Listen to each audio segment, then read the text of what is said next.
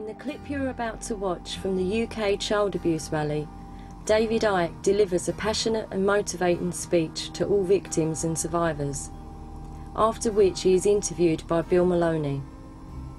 If you are a supporter of Pie and Mesh Films, we would ask you to help us to continue with our fights against child abuse and for you and your family's civil liberties by donating whatever you can afford or by purchasing our films from our website to enable us to continue giving you the hard-hitting facts.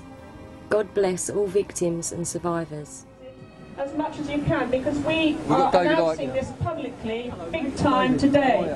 Thanks for coming, David. This is David Icke, another hero who people, you know, have tried to ridicule and put down. And David, as far as I'm concerned, of all us abuse victims, he speaks for us. Well, it's really great to meet you. I've been pushing your video everywhere. I know you have. I know you have, David. Because you're doing a great job getting this stuff out. And you know, it was.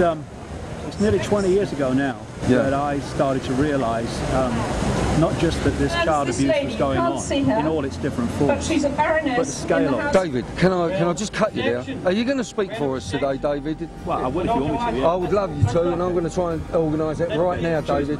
Thank you very much. It's been a pleasure. And so are you. So you motivate and keep me going, mate. Somebody else has rolled up, and so I have great pleasure in handing the microphone over to somebody who I know can handle it very well. David? Thank you very much. Thank you. Thanks for coming. I got seriously interested in the last few months, particularly in the gathering aspect to this child abuse and child abduction, which is stealing children from loving parents by the state through the social services mafia. In the last few years, they have changed the way in which they process job applications for social services. They have done this to target certain personality types, and there'll be mothers listening to this who've had their children taken by the state who, my God, will understand what I'm about to say. They are targeting, recruiting, headhunting certain character types that have no empathy, no compassion, no heart, no ability to empathise with the agony beyond my comprehension of loving parents having their children who want to be with them taken away for spurious reasons, thanks to the constant conspiracy between social services staff, lawyers representing local councils and social services, judges, etc. I think I see a way out of this. We need to come together and stop cooperating with this system. Yes. Not fight it. They want us to fight it. Just a few more people on the streets with weapons. Then, oh, we must fight the people. There's an uprising. No. This system, whether it's child abuse, whether it's stealing children from loving parents, or whether it's bombing the innocent around the world for political expansion and acquisition. The number of people doing it are a tiny fraction of those who are having it done in their name. The system is held together by our acquiescence. Enough! Enough! No more! And I say this to the people in luminous jackets and the dark suits that administer this system and conspire too, some of them, to take children away. You have no power. Your power is not in you, it's in the uniform the state gives you to put on. Your power is in the wardrobe, not in you. Take the uniform off. Where's your power gone? Change your job. Where's your power gone?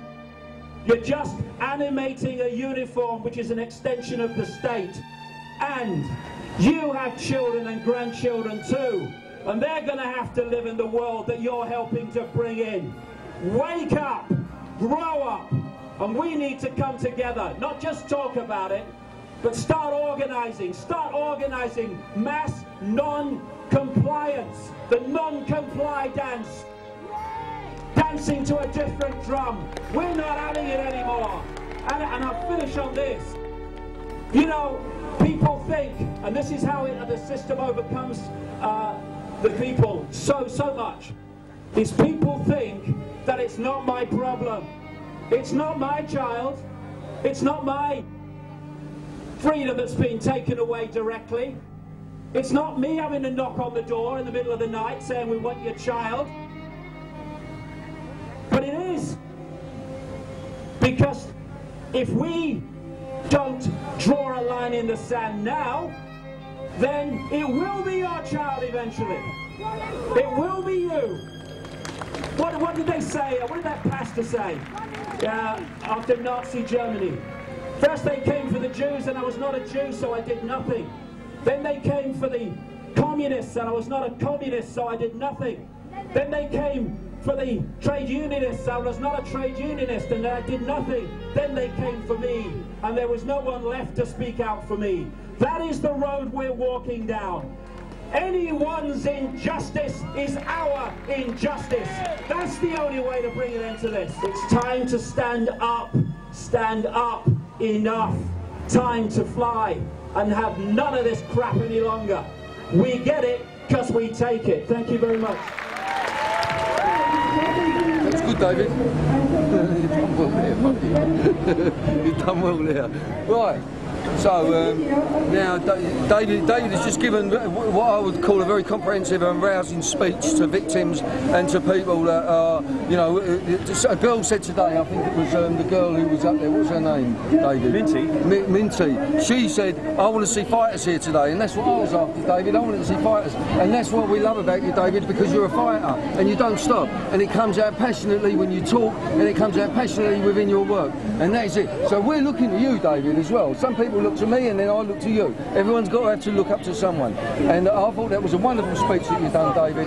So what else? I mean, you know, when you're up there sometimes you think it goes, doesn't it? You think, I wish I'd said this, I wish I'd done that. What do you wish you'd said if you'd have had more time? Well, I can't think of anything now. What I would have done would have been more comprehensive about it, because once you realise that there is this secret society structure, this global structure, like a transnational corporation, it's like you know, like a hologram. Every smaller parts of the hologram are smaller versions of the whole hologram. This is how this control system works. So your Freemason satanic paedophile structure on the Isle of Wight or in your part of London will be the same as the global one. It's just be a smaller version of it. That's how we got to educate people, David. You know, it's like the Masons, and when you start talking about satanic abuse, they think, oh, what's this geezer? He's crackers. I'm saying it now as well, and I do believe in satanic rituals, and I think the island of Jersey was absolutely reeked in completely. The Isle of Wight, where I live, is a major satanic Freemasonic centre. You know, there are probably more Freemasons on the Isle of Wight per head of population than any other place in Britain, possibly the world. I mean, it's just unbelievable. It completely controls the island. But the point is that once you understand this structure, you can then understand why you can have a Freemasonic judge taking a child away from a loving parent, having had the case presented to him by a Freemasonic lawyer or barrister, which originated with Freemasonic pedophile social workers. They can't lose. It's a stitch-up. I've got a situation at the moment, David, right? I've got a film called Adam Rickwood and the Medhamsley Heroes, which is about Adam Rickwood, and Adam actually brings it up to date. Do you know the case of Adam Rickwood? He was, well, David, 5 years ago he was found hanging in his cell, supposedly on suicide watch, but he hung himself with his own laces after a restraint that had caused a broken nose and a broken wrist. Now there's a second inquest, because the first coroner never allowed the inquest to be carried through properly, questions to ask, people to be cross-examined, etc, etc. So the family weren't happy. Now it's criminal and there is a jury. Now we have had our film on sale and up as a trailer for a year. We went to the kid's mother, Carol Pounder, and said, give this copy to your solicitor and let your solicitor tell us if there's anything that will prejudice the case. The solicitor came back and all the solicitor said was, I am not a media lawyer. That was nearly a year ago, even after giving him 4 copies, and he said he would give it to the new coroner. Now we've had the new coroner threaten us to take everything down. Everything. And I'm not taking it down, David. because whatever I'm reporting on there has been put in the public domain, but not as strongly as I put it. That's what you have taught us to do, to put things strongly and comprehensively, and not and get rid of the PC, the political correctness. Absolutely. The thing is that a lot of mothers in the social service and parents in the social services gulag now are starting to realise there's no point in doing it the system's way. You've got to go direct to the people. Because when I tell them, you will have done the same, of course, when I tell people some of the cases that I know about, who have no idea, members of the public, they are mortified that this is going on. In fact, it's so fantastic, this out can't be true. And if they don't, exaggerated. Especially, David, if they don't want to be mortified, because not a lot of brains can cope with it, really, the true horrors of it, you know, what happens to the child. Exactly. So you see, this is what we need to do, you know. If one person stood up here and said something that the police took offence to, and they took him away, that's one thing. If there's 1 million people in this square all doing the same, it's all over. You know. Well, David, so this is what we need to do. So what we need to do is to get groups together of mothers who are prepared to speak in ways about their cases that the system says you mustn't. And because, you know, I've seen council documents where it's saying to the parents who've just had their child taken away for no reason, if you speak about this case, you could go to jail for 3 months. Well, I'll tell you what, if we can just put the black comedy in it, David, which is what has helped me survive and many other survivors, is that the police wanted to arrest me for swearing during my speech. What, today? Yes, but not for committing treason. Now, I have accused the Queen Mother of messing about with children on Jersey because I have witnesses. A lady who's very high up in the equestrian field has told me, she's about 70 now, and she said to me, Billy, the Queen Mother used to bounce me up and down on her knee when she came over here, if you know what I mean, Bill. I tell you what, Bill, I've been talking about the royal family for nearly 20 years. I mean, talk about a cesspit the royal family is. They're Satanists, they're paedophiles, and the irony, it just shows... Al Fayed said that as well. now we're getting a Diana thing coming out, and it looks like Al Fayed was right.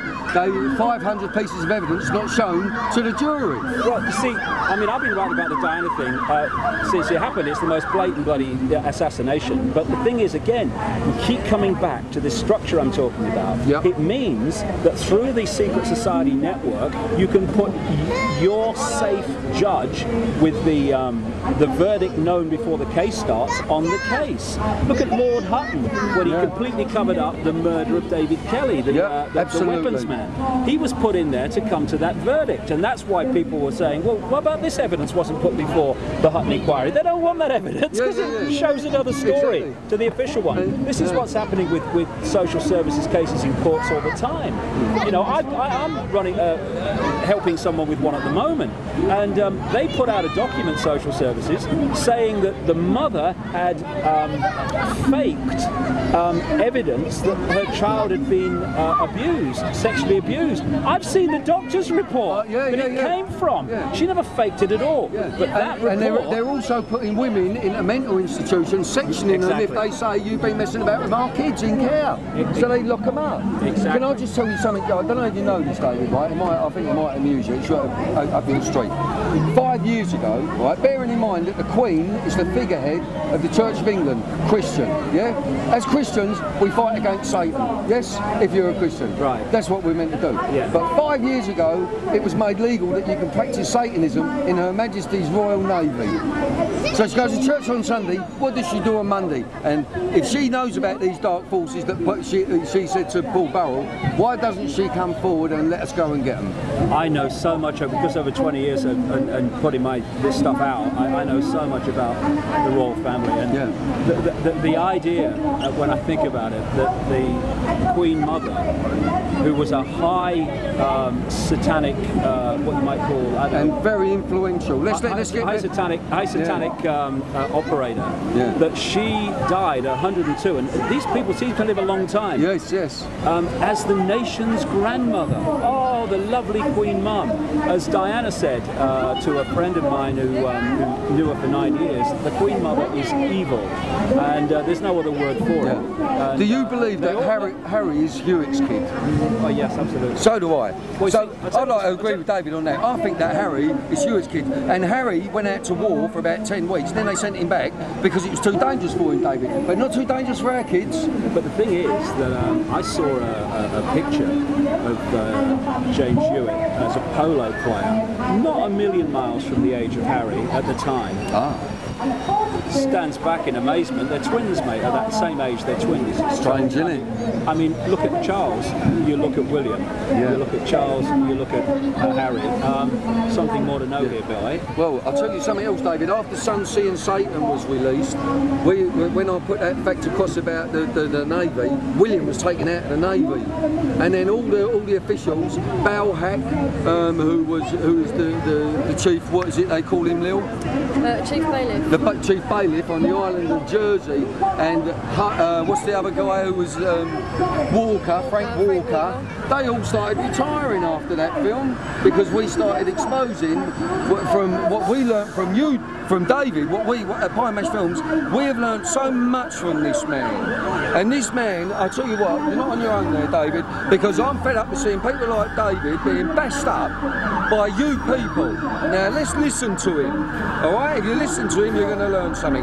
David, love ya. Bit of pleasure. I love your work, mate. And I love your work as well. So now we're tickling each other's bollocks, as we say. You can take them out if you like. Right, too late. Got it on there.